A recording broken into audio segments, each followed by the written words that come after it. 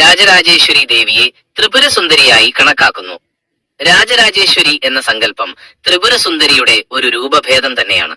ആദിപരാശക്തിയുടെ ഏറ്റവും സൗമ്യവും മനോഹരവുമായ രൂപമായാണ് ത്രിപുരസുന്ദരിയെ കണക്കാക്കുന്നത്. ലളിത ത്രിപുരസുന്ദരി എന്നും ദേവി അറിയപ്പെടുന്നു. ശ്രീവിദ്യ ആരാധനയിലെ പ്രധാന ദേവതയാണ് ഇത്. ത്രിപുര എന്നാൽ 3 ലോകങ്ങൾ: സ്വർഗം, ഭൂമി, പാതാളം അല്ലെങ്കിൽ 3 അവസ്ഥകൾ. ഉണർവ്, സ്വപ്നം, സുഷുപ്തി എന്നും സുന്ദരി എന്നാൽ സൗന്ദര്യമുള്ളവൾ എന്നുമാണ് അർത്ഥം. 3 ലോകങ്ങളുടെയും സൗന്ദര്യമായ പരമശക്തിയാണ് ദേവി. പുരാണപ്രകാരം ആദിപരാശക്തിയുടെ പൂർണ്ണരൂപമായിട്ടാണ് ലളിത ത്രിപുരസുന്ദരിയെ കണക്കാക്കുന്നത്.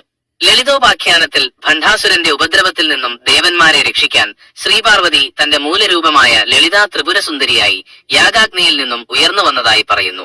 അതിനുശേഷം ദേവി കാമേശ്വരനായ ആദിശിവനെ പരമശിവൻ വരണമാല്യമണിയിച്ചു. രാജരാജേശ്വരി ദേവി മഹാകാളി, മഹാലക്ഷ്മി, മഹാസരസ്വതി തുടങ്ങിയ പരാശക്തിയുടെ 5 പ്രധാന ഭാവങ്ങൾ ഒത്തിണങ്ങിയ ഭഗവതിയായിട്ടും സങ്കല്പിക്കപ്പെടുന്നു. മഹാദേവന്റെയും പാർവതിയുടെയും പുത്രിയാണോ? സാധാരണയായി ലളിത ത്രിപുരസുന്ദരി, രാജരാജേശ്വരി, പരമശിവന്റെ മഹാദേവൻ പത്നിയായ ആദിപരാശക്തിയുടെ രൂപമാണ് ശിവശക്തിയായി കണക്കാക്കുന്നു. ശിവന്റെ മടിത്തട്ടിൽ ശിവശക്തിയായി ഇരിക്കുന്നതായാണ് സങ്കല്പം. ദേവി മഹാദേവന്റെയും പാർവതിയുടെയും പൂർണ്ണരൂപമായ പുത്രിയല്ല, മറിച്ച് അവരുടെ തന്നെ പൂർണ്ണരൂപമായ പരാശക്തിയാണ് എന്നാണ് പ്രധാന വിശ്വാസം.